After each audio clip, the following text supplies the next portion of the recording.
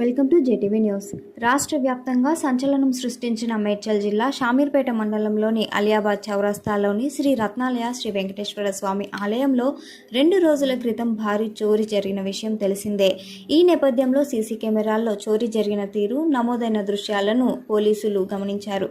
నిత్యం భక్తులతో కిటకిటలాడే రత్నాలయ వెంకటేశ్వర స్వామి ఆలయంలో భద్రతా వలయం నుంచి తప్పించుకొని 2 దొంగలు దర్జాగా శ్రీ వెంకటేశ్వర స్వామిపై ఉన్న 7 లక్షల రూపాయల విలువ గల బంగారు ఆభరణాలు, 13.5 కిలోల వెండి ఆభరణాలు, 60 కిలోల పంచలోహ విగ్రహాలు, ఇలా ఒక్కటేంటి సుమారు 25 లక్షల రూపాయలు విలువ చేసే స్వామివారి ఆభరణాలను నిలువు దోపిడీ చేశారు.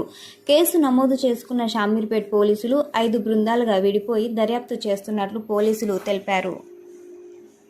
ఈరోజు ఉదయం 6 గంటల సమయంలో డైల్ 100 ద్వారా వచ్చిన సమాచారం ప్రకారము షామీర్పేట పోలీసు చేరుకొని విచారిస్తే షామీర్పేట పోలీస్ పరిధిలోని అలియాబాద్ గ్రామంలో ఉన్నటువంటి రత్నాలయం టెంపుల్లో దొంగతనం జరిగిందని తెలిసింది. దాంట్లో అక్కడికి వెళ్ళి పరిశీలించినట్టు తెలిసింది ఏంటంటే 2 అఫెండర్స్ నైట్ అర్ధరాత్రి 1 o'clock ప్రాంతంలో లోపలికి బ్యాక్ సైడ్ ఉన్నటువంటి గ్రిల్ విరగొట్టి దానిలో లోపలికి ఎంటర్ అయినట్టుగా, తర్వాత లోపల ఉన్నటువంటి సిల్వర్ ఐటమ్స్, తర్వాత కొంత పంచలోహ విగ్రహాలు చిన్నవి, అవి మన అభిషేకం చేసేటువంటి పంచలోహ విగ్రహాలు అండ్ కొంత గోల్డ్ ఆర్నమెంట్స్ దొంగిలించబడ్డట్టుగా తెలుస్తుంది. అవి పూర్తిగా ఏం జరిగిందనేది తెలుసుకుంటున్నాము.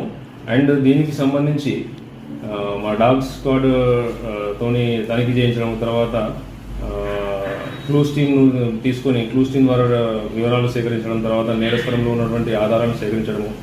మేము కూడా ఒక 5 టీంలుగా ఫామ్ చేసి CCS and law and order crime వీళ్ళందరితో సహాయంతో ఈ నేరస్తుల యొక్క కదలికలు, తర్వాత నేరస్తులు ఏం చేసిరనే దాని మీద విచారణ చేపడుతున్నాము. తొందరలోనే వాళ్ళు పట్టుకొని శిక్ష పడేట్టు చేస్తున్నాం.